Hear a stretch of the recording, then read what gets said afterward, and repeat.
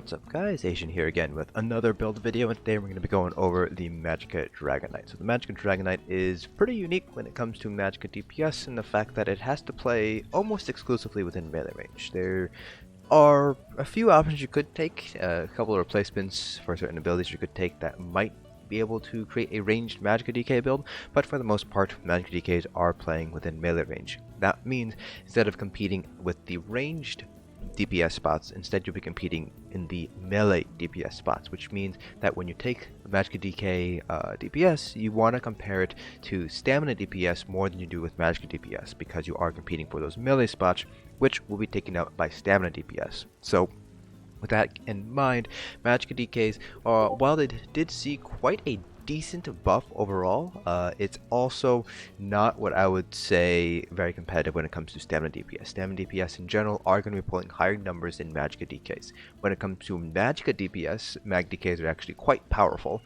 They are probably kind of middle of the pack, but because we have to play with melee range, we can't compare to Magicka DPS. So Magicka DKs, as a result, are not particularly wanted in sort of endgame vet trials, because stamina Nightblades, stamina Necromancers can pull higher DPS in that same melee position.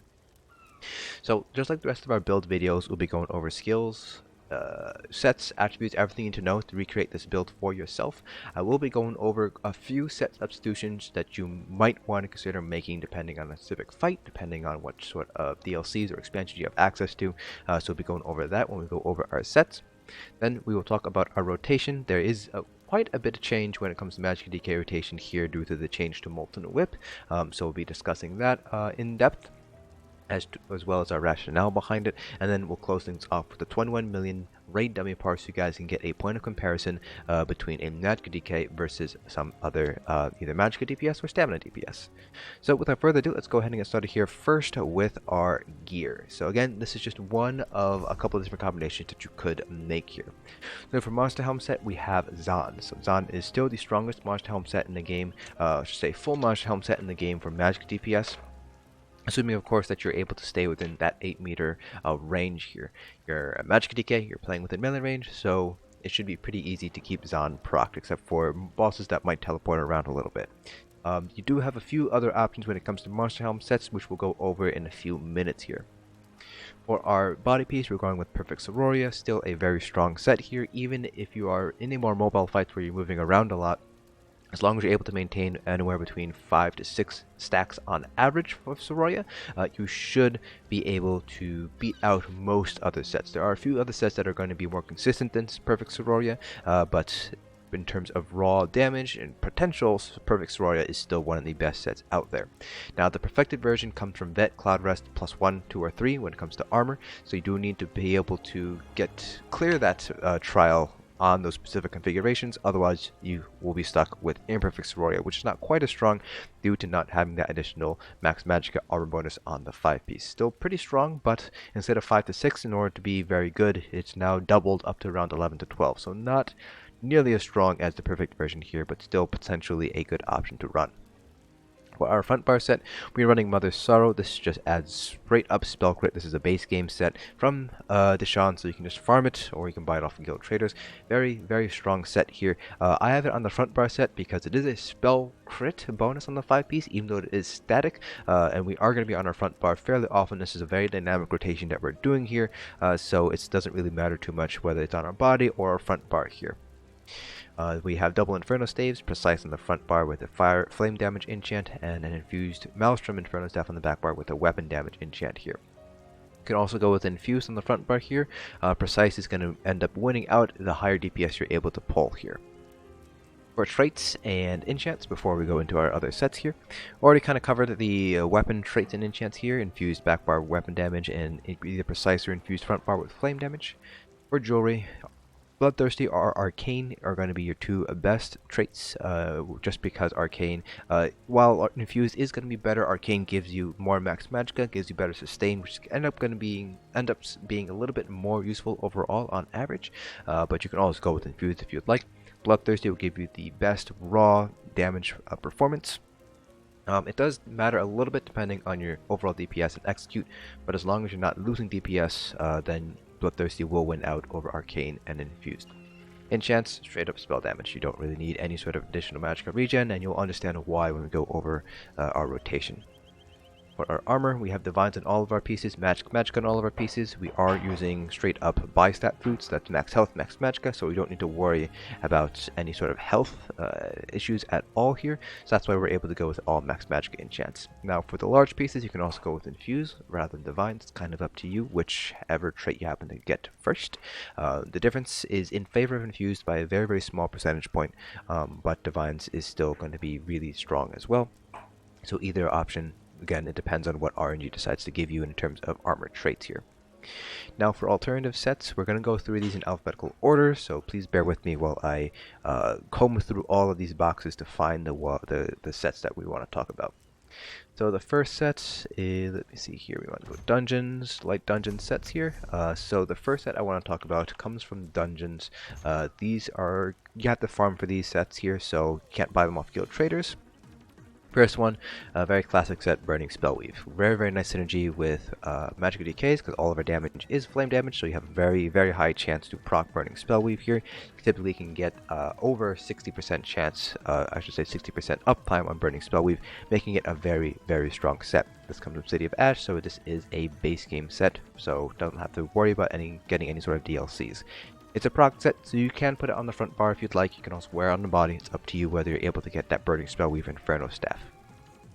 Beyond that, there aren't really that many other light armor sets that you can run as a Magicka DK. It's really just Burning Spellweave here. Now, in terms of overland sets, we've already talked about Mother's Sorrow, but there is one other set that I do want to mention here. Where is it? It is going to be Soaks of the Sun. So this is, you can think of this as a static version of Burning Spellweave. It adds 400 spell damage to your flame damage abilities, which as a Mag DK is pretty much all of them. The downside of running Soaks of the Sun is that it does have max health as the 2-piece set. We are running bistat food, so we don't really need any additional max health at all, so that 2-piece isn't really giving us any favors when it comes to overall DPS. The very easy set to get though comes from Stonefall's base game set. Buy it off guild traders, farm it yourself. Very cheap, so this is a good holdover set while you are sort of farming out your other sets here. There is one set that other set I want to talk about here, Crafty Elfeek. Not quite as strong as Soaks of the Sun. This comes from Elsweyr, just adds straight up max Magicka. So in terms of overall raw Magicka, this is a very nice set to have here. Unlike Necropotence, it doesn't have any sort of conditional on the 5-piece bonus, so you'll always have that 25-60 max Magicka when it's fully golded out. So nice holdover set, very similar to Soaks of the Sun while you are farming out Burning Spellweave, Mother's Sorrow, or Burning Spellweave. And then moving on to other trial sets here. You do have False God's Devotion. It looks like I already pulled out the perfect version from this box. So False God's Devotion here. This is the perfected version. This is a set that comes from Sunspire. It's a very, very nice set here. So this is basically the Magicka version of VO. So it gives spell crit, minor slayer spell crit, 5-piece gives spell damage, max Magicka on the perfect version, and then it reduces the cost of your magic abilities by 8%. Now, because of our rotation, False God is not quite as strong on a Magicka DK as it is on other classes, mainly because we're going to be using Unrelenting Grip, which basically gives us infinite Magicka sustain. So the additional 8% cost reduction on Perfected False God's Devotion, not all that useful on this particular Magicka DK build. But if you are not going to be running Unrelenting Grip, and I'll talk about that in our rotation, what alternatives you might want to run instead if you don't want to use Unrelenting Grip as your spammable, False God's Devotion does end up being a little bit stronger here. And the reason why it's so strong is because it has 2 5-piece armor bonuses there, so it just gives you a lot of different stats. So that's the reason why False God's Devotion ends up being such a powerful set. And finally, we do want to talk about a Cyrodiil set here. So this is going to be, oh, I already have it out. It's going to be Spell Strategist. So this is a rewards for the worthy set, so you can get this, farm it by basically getting rewards for the worthy from either Cyrodiil or Battlegrounds. So this is a proc set, so you can wear this on the front part if you would like. Very, very nice set to have. It just gives you a ton of additional spell damage. Now the downside is that it is a little bit expensive to go for, and it is only single target. So if you want some additional cleave damage, then Spell Strategist is not a good set to go for. That being said, it is one of the strongest sets in the game when it comes to just pure raw single target damage. Now for a crafted set, there is two crafted sets that you might want to consider running. First one is going to be Law of Julianos. This comes from Grothdarr, so if you have access to the Grothdarr DLC, you can craft this yourself. You can ask them to craft this for you. You can buy it off guild traders. Many ways to get Julianos. This is just a very consistent set here. Spell crit, max magicka, spell crit, spell damage. The 5-piece bonus, it is a static bonus and it adds spell damage. So unlike Mother Sorrow, which gives you spell crit, which is a little bit easier to work with when it comes to just front barring it, you do want to have this on the body set because the spell damage is a little bit less forgiving when it comes to running it just on the front bar. And then Mechanical Acuity, this comes from Clockwork City. Very strong set overall now that the Shadow Mundus has been buffed.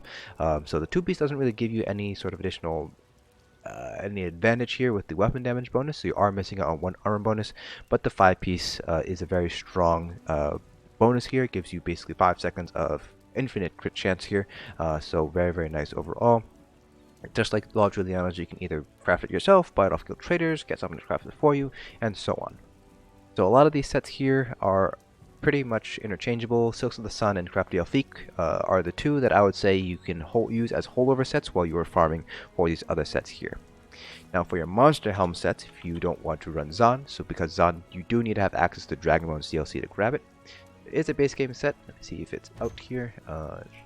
So it is. So it is going to be Grothdarr. Grothdarr is a base game set. This comes from Vaults of Madness, so pretty easy dungeon to kind of go through. The 1-piece adds Max Magicka, not quite as strong as Spell Crit on Zaan.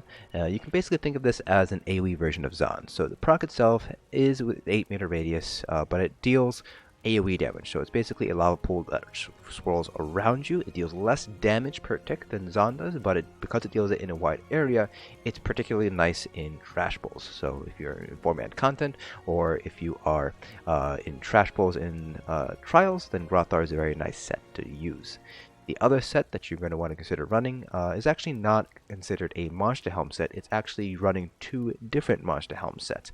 And that's basically combining something like Zaan, which has 1-piece spell crit, with another set that also has spell crit. So for example, I don't have Slimecraw, but Slimecraw is a set that has a spell crit bonus. So Slimecraw here, you can see gains Minor Berserk at all time. Very nice set to hold on to if you're running something like Asylum. Magicka, generally speaking, will not really be running something like Asylum, but it might be useful.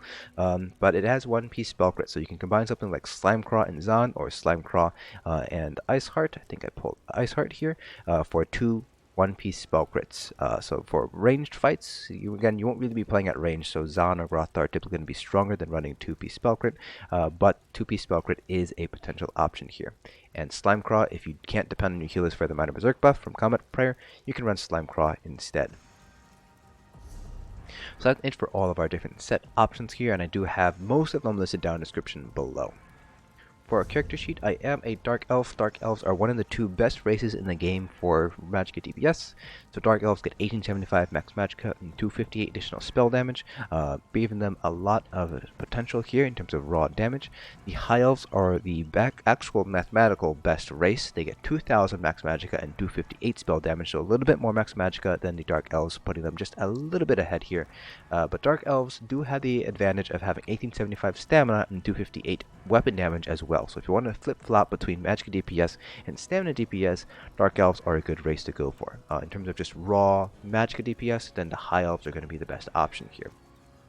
Other options, Bretons are not going to be quite as strong in the Magicka DK with this particular rotation running Unrelenting Grip as our spam bull, mainly because Bretons really focus in on regen. They get 100 Magicka regen and 7% cost reduction to Magicka abilities and 2000 Max Magicka. So loss of the spell damage bonus in exchange for sustain, but we don't really need to worry about sustain on Magicka DK with this rotation because we are using Unrelenting Grip as our spammable.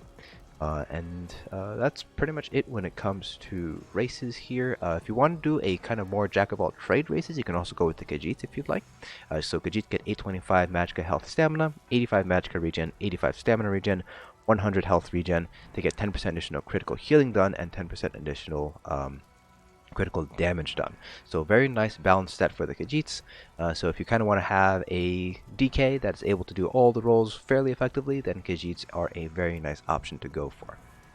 For attributes, all points into Magicka, we are running bistat food, max health, max Magicka, so we don't need to worry about putting any points into health. You can see here, before minor toughness, before Ebon, we're already sitting at almost 18.7k in max health, so really no reason to put points into health at all. For our Mundus, we're running the Shadow, still the strongest Mundus in the game. We are running bistat food, so we are running double Bloody Mara. So this gives us max Magicka and max health here. Because we are running Unrelenting Grip as our spam mode, we actually don't need to be vampires, because even though vampires do give you 10% additional magic regen and stamina regen, because we're using Unrelenting Grip as our spam bolt, we don't need to worry about Magicka to stay nearly as much as we did in the past, so we don't necessarily have to be vampire if we don't want to. Now I am a vampire right here. That's because if you want to flip-flop as a stamina DK, then the vampirism is actually going to be very useful, very nice to have on hand, because stamina DKs, you do need a little bit of sustained health there. Also as a healer and a tank, the vampirism is also going to be quite strong here, but as a Magicka DPS, just pure Magicka DPS, you don't need vampirism at all. So if you are running double Bloody Mara, just bear in mind that when you use it, you will lose one stage of vampirism. So you need to maintain stage 3 or stage 2, depending on what passives you want. Stage 2 for the regen, stage 3 for the undeath passive, the damage mitigation passive. So just keep that in mind when you use double Bloody Mara. Now you can use something like Elusive Mist in order to get your vampirism stage back if you happen to go to stage 1 when you use double Bloody Mara. So just bear that in mind if you are going to be using this food. Otherwise you can use something like the standard blue base game food, or there is a food that doesn't lower your vampirism, and that's our Tay and Pickled Fishbowl. This is a little bit expensive to make, so don't really worry about running this if you can help it. Moving on to our skill bars. For our front bar, we have Molten Whip, Burning Embers, Engulfing Flames, Unrelenting Grip, Inner Light, and Shooting Star. We're not going to be using Shooting Star as our ultimate of choice here. This is here mainly for the 2% additional max Magicka and Magicka regen. For our back bar, we have Molten Whip again, Eruption, Blockade of Flames, Flames of Oblivion, Rearming Trap, and Standard of Bite. Now I have Molten Whip here just because this is a parse, I don't have to worry about having a shield, but if you do need a shield, this is where your shield would go, right where Molten Whip is. So you basically replace this with Molten Whip and you are good to go. Otherwise, if you don't need a shield, you can just run Molten Whip instead. Now for our champion points. The CP cap has not changed, it's still 810, so it gives us 270 points across each of our 3 different constellation types here. For our green CPs, 100 Arcana, 75 Tenacity, that gives us 95 remaining points, so I have 31 Shadow Ward, 31 Tumbling, and 33 Warlord. You can play around with the green CPs if you'd like. Because you don't really need to worry too much about Magicka regen, you can shift some points out of Arcanus, drop it down to like 75 or even 64, and you can have some more points to play around that way. You can put Tenacity all the way up to 100, so you do have some flexibility when it comes to green CPs.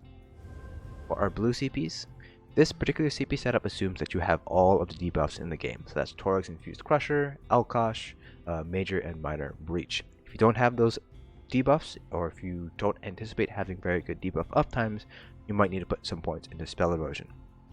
So for those of you with max debuffs, 72 Elfborn, 64 Ellie Expert, 13 Spell Erosion, 9 Staff Expert, 72 Master at Arms, and 40 Thaumaturge, what I have. Now if you need to put some more points into Spell Erosion here, you can drop Elfborn down to 66 or 61. You can drop Master at Arms down to 66. Wouldn't go any lower because you still want to have that Butcher passive there. Drop Ellie Expert down to 56, and if you want you can drop Thaumaturge down to either 37 or 34. Those are the next jump points for each of those nodes there. Finally, for our red CPs, this is a one-size-fits-most approach, so this is a very general approach. This will give you pretty decent mitigation across all pieces of content, but it is not necessarily going to maximize mitigation. So if you need maximum mitigation, you will need to shift some points around. So I have 81 Ironclad, 61 Thick-Skinned, 64 into Hardy, and 64 into Elemental Defender. That's pretty much it for all the build information. Now let's go ahead and talk about our rotation here. So the rotation itself is actually going to be quite different than it was in Wrathstone because of the way they've changed Molten Whip. The Molten Whip used to give just a flat bonus to weapon and spell damage, but now it gives you a stack of what's called Seething Fury whenever you activate a different Ardent Flame ability. So that's going to be Searing Strikes, Flames of Oblivion, Engulfing Flames, or Unrelenting Grip. Each stack of these gives you an additional 125 weapon and spell damage for 5 seconds and increases the damage of your next Molten Whip by 33% each. So this stacks up to 99%, basically twice as much damage. So once you use it, you consume those 3 stacks and you have to rebuild them again. So this is a little bit of a change to the way our rotation works. So the idea here is to get max stacks of Molten Whip and then use it. Basically you want to consume it right away to get that really powerful Molten Whip up, and then you can rebuild it up. So that basically means we want to run an Engulfing, or I should say an Ardent Flame ability as one of our spambles. Now Searing Strike and Engulfing Flames are not particularly strong spambles anymore. Burning Embers due to the change to how dots work, and Engulfing Flames is just rather lackluster. That leaves the remaining 2 abilities, Unrelenting Grip and Flames of Oblivion, as our spamble. So we have the option between Unrelenting Grip here, or we can use Flames of Oblivion as a spammable. So Flames of Oblivion, if you use it as a spammable, basically it acts as basically an AoE spammable. It hits 2 enemies every time you activate it, so pretty nice overall, and it does a good amount of damage, 7,049 flame damage. Unrelenting Grip, on the other hand, doesn't deal quite as much damage. It only deals just shy of 6k flame damage. However, unlike with Flames of Oblivion, if we cannot pull the target, basically if it is immune to being pulled, we get all of our Magicka back. So basically, Unrelenting Grip gives us infinite sustain, because all bosses are considered elite mobs, obviously, and therefore they cannot be chained. If you can run Flames of Oblivion, I have successfully done a rotation with Flames of Oblivion as our spammable, but you do need to worry about sustain a little bit more in that case because you are using up Magicka. Unrelenting Grip, on the other hand, even though it has a much higher cost, doesn't cost any Magicka on boss enemies, and you'll see this when we demonstrate our rotation. So the idea behind the Magicka DK rotation now centers around that of Seething Fury. So you're going to use Unrelenting Grip as a spammable, and once you get all 3 stacks, you're going to use Molten Whip.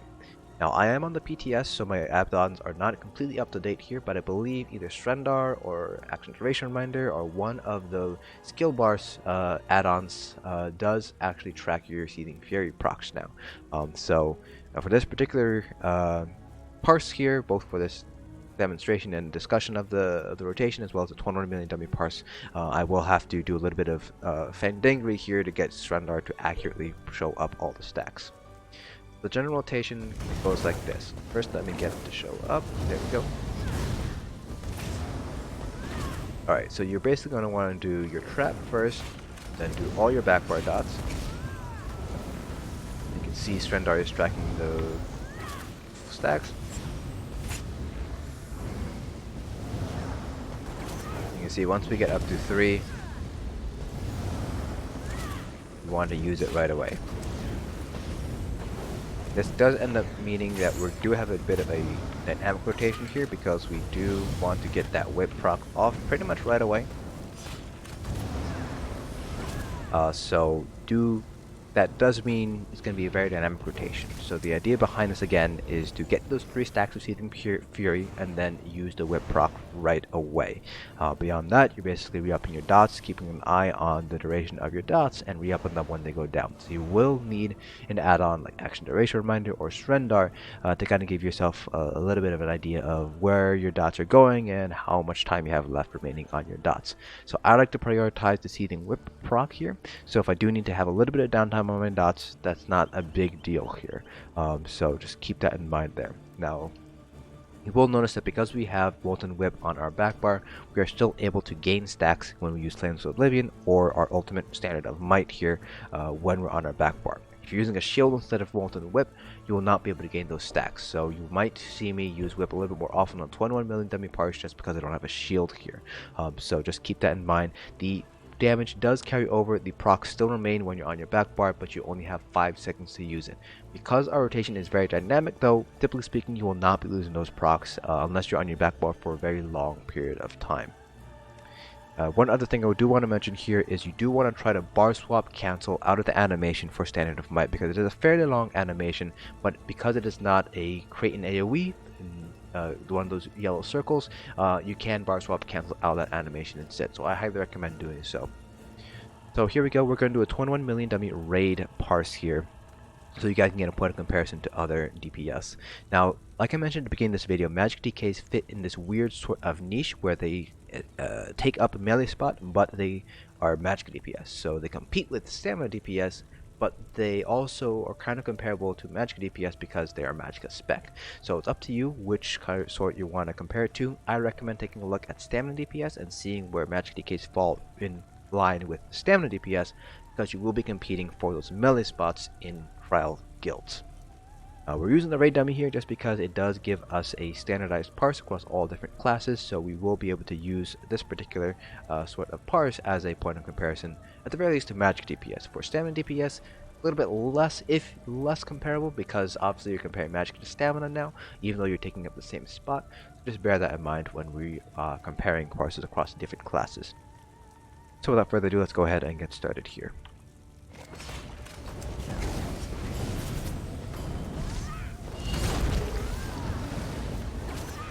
Double cast whip here just so I can get Grothdarr on the PTS version to start counting.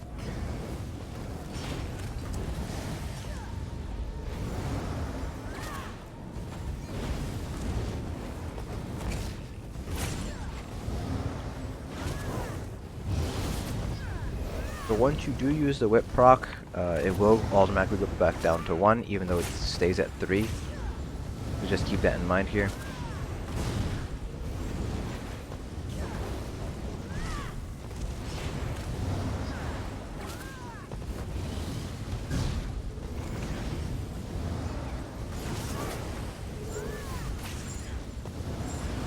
So this is definitely going to be a little bit weird using something like Unrelenting Grip as a spamble here, but it does end up being pretty nice, just because it does allow us to use bistat food compared to using something with regen food.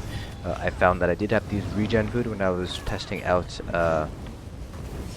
Flames of Oblivion as a spamble. And, the bistat food, the additional Max Magicka, combined with the relative need to ignore sustain, just gave Unrelenting Grip the upper hand here. They both pulled very similar DPS, but I liked Unrelenting Grip because of that.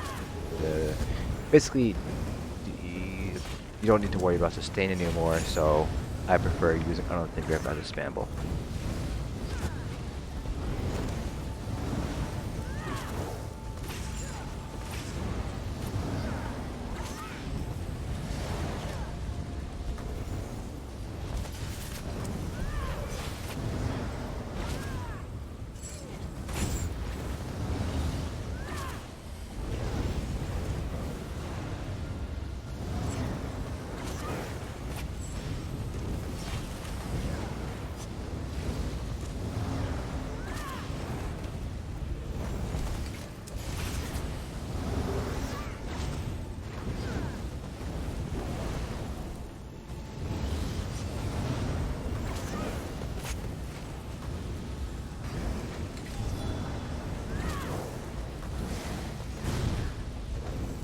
Now, the thing with using Flames of Oblivion as a spamble instead of Unrelenting Grip is that you do get some additional AoE, because Flames of Oblivion does hit 2 people instead of 1, like Unrelenting Grip does, so you do get some additional AoE that way.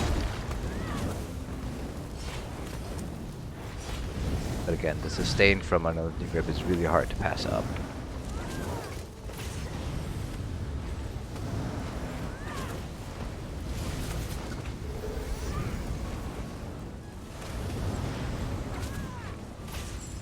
We don't have any execute, so once we hit 25% or so, we don't actually have to change our rotation at all during the fight.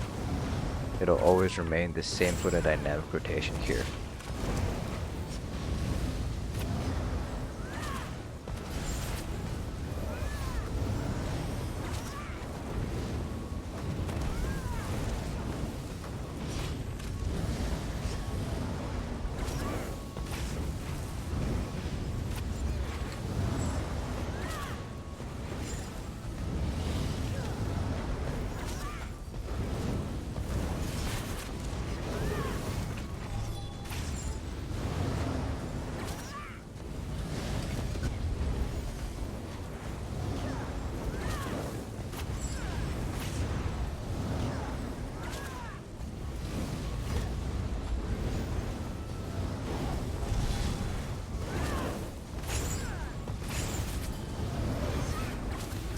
So there we go, that is our parse here. So again, we're in this weird sort of middle ground where we are both a magic DPS, but we're competing for stamina DPS spots. So you can realistically compare this parse to either of them, either magic or stamina DPS. It's kind of up to you where you kind of want to compare those parses here.